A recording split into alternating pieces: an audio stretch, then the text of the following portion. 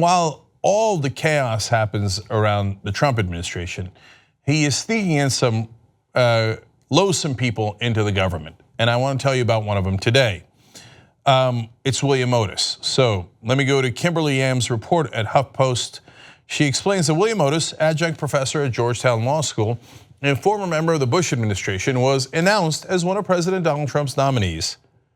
And this is important, for the US Sentencing Commission, a bipartisan agency that dictates federal sentencing guidelines earlier this month. So earlier this month, he tries to sneak this Otis guy in. So why sneak him in? Why? What's his positions? What does he think?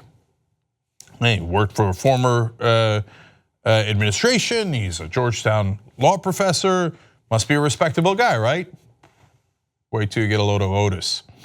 In a 2013 post, he wrote for blog Crime and Consequences. Otis indicated he agreed with the judge's remarks that, quote, blacks and Hispanics are more violent than whites. We're still having a conversation. That guy's gonna be in charge of federal sentencing guidelines. And later they'll tell us there's no systemic racism. The guy literally said blacks and Hispanics are more violent than whites. Now, that's preposterous, it's counterfactual, it's not remotely scientific, and yes, it's racist. But what I care deeply about both of these things, but if you don't care about the racism for some reason, okay, you're a weird person, but you should also care that the person is not very bright. So I'm gonna show you that in a couple of different ways. But look, since they keep doing this, the right wing keeps saying blacks and Latinos are more violent, let me explain the counterpoint. Now, I wanna be very clear about this. I don't believe in genetic differences between the races like they do, because I'm not racist. They are racist. They believe in judging people based on their race, which is the definition of racism. Now, I don't have a problem with white people, of course, because they're human beings, okay? But if you were to look at the history of planet Earth and say which race has been more violent, is that close? Are you having confusion over which one that would be? That would overwhelmingly be the white race. So, I mean, how many things do I have to go through? First of all, in this country, was it blacks who violently enslaved whites? No, it was whites who violently enslaved blacks. And then they had the temerity to look at their slaves, which they violently captured and whipped and beat and raped and murdered and lynched, and say they're the violent ones.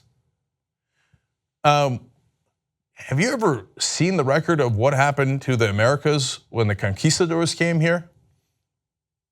So, and what they did to the indigenous population? And that indigenous population was the violent ones? Are you out of your mind? And then we got every other crime you could list. World War I, Europe, World War II, Europe. Gee, I wonder who's starting all the world wars. The 100-Year War, the Crusades, the Holocaust, you could go on and on and on. Now, does that mean whites are actually more violent genetically than blacks or Hispanics? No, a person who has even a tiny bit of intellect understands that there are historical, societal, even geographic influences, political influences, economic influences, and the list goes on and on. And that is why you get the wars that you have and the actions that happen in history. But this guy who apparently is so stupid that he goes, oh, duh, I got it, man. It's the blacks and the Latinos who are violent against those poor white people. Oh, Jesus, and he hasn't even gotten to the Asians yet. He's in trouble for what he said about Asians. We'll get to that in 1 second. In a follow-up comment, he maintained that racial disparity in the prison system was not due to systemic racism, but making choices. So his thesis is, oh, blacks and Latinos choose to be violent and whites don't choose to be violent. Okay, could economics, for example, play a role? No, it's just a race, man. I got it, I figured it out, man. This guy's in charge of sentencing if he gets confirmed.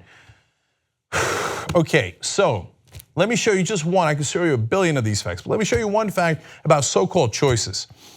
A median 2-parent black family in America has a net wealth of $16,000. So that's what they're born into.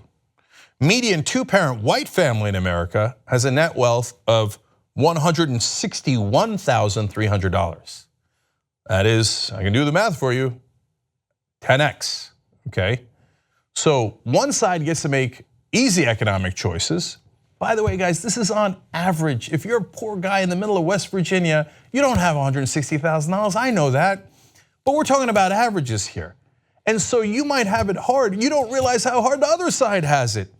So one side gets to make choices on average. Maybe get to go to a private school, get to go to a college of your choice, get to have health care, get to have jobs in your neighborhood that are available, get to have jobs passed on by your dad. The other side doesn't have as many choices because they got almost no money. And then you don't take that into account. You just go, oh, I got it, man, it's race, it's definitely race. This is what stupid people do. But he's not done yet. Here's what William Otis said about Asians. Buckle up. The reason Orientals stay out of jail more than either whites or blacks is that family life, work, education, and tradition are honored more in Oriental culture than in others. This guy's an adjunct law professor at Georgetown. Anybody want to pull him aside and say, first of all, idiot, we don't say Orientals anymore. That's what people said decades ago. People are now offended by that. Whether you agree or disagree, you've got Asian students that go to Georgetown, for example. You've got Asian people in the country. Can you please stop calling them that? It's not too much to ask for. Okay, to me that's the smaller part of the problem, although a real issue, okay? The larger part of the problem is this genius has got it all figured out. Oh man, I got it. Blacks, Latinos bad, Orientals good. If you were to make an argument for the second most violent race in human history, would it include the Mongols, who I think are Asian? Would it include the Japanese, who were also part of World War II and invaded China and the Koreas over and over again? I mean, really, God, you got to teach them all of history. Like, you think that the Chinese didn't have wars over and over again? And does that mean that Asians are actually more violent than blacks or Latinos? Of course not. We're all Homo sapiens. We're all human beings. But some of the geography, history, economics, politics, etc. of that era caused a lot of violence in Asia. For example, the Mongols, they were nomadic people. So were, by the way, the Scottish and the Vikings. And what did they do? War after war after war because of the nature of being nomads and how it encouraged raids. That's why the Mongols wound up doing a lot of barbaric things. They also wound up having a giant empire that had a lot of upsides, but yes, there was terrible barbarism there. But this guy boils down to Orientals good, whites good, blacks and Latinos bad because they're violent. The painful idiocy of the right wing is unreal. These people are taken as like, oh, well, that is a scholar. And by the way, Georgetown, you ought to be embarrassed. How is this guy in any way part of your faculty? That is deeply embarrassing. Now, if you say, oh, no, you went back to the Crusades, you went back to the Mongols. No, but the Asians here are awesome. Last thing here. First of all, let's give you some facts about Asians in America. In the 1990s, the Asian American and Pacific Islander community saw its prisoner population balloon, increasing by 250%. Again, does that mean Asians are more violent? Of course not. Does it mean that Asian genes suddenly changed in the 1990s? Of course not. Or it could have to do with migration patterns.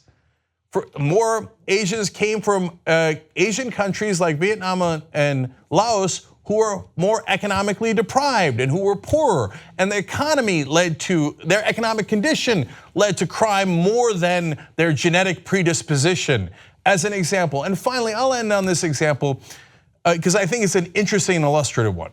I happen to be Turkish American. In the conception of the right wing, well, then my genetics predispose me to certain things and I am either violent or not violent, either rich or poor, I make the right choices or I make the wrong choices, right? Well, in reality, Turks in America are actually really well off. They're among the wealthiest minorities in the country. Turks in Germany, same Turks, genetically the same, are the poorest people in Germany. Now, why? Because most of the Turks in America have a profession. It was really hard to immigrate to the United States unless you had a profession, at least from Turkey. So a lot of them are engineers, businessmen, doctors, lawyers.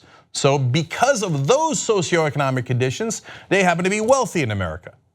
In Germany, it was easy to immigrate from Turkey to Germany, and the people who already had no jobs and really desperately needed the jobs so bad they'd move their whole family across the continent would drive from Turkey to Germany and get jobs there. So that was a socioeconomic condition that created a poorer class in Germany and a wealthy class in America, even though it's the same Turks. It just might have to do with socioeconomic conditions and not race. But you keep having to explain this to people. And what's hilarious is that some of the right-wing people will look at these people and call them scholars and think that they're intellectuals.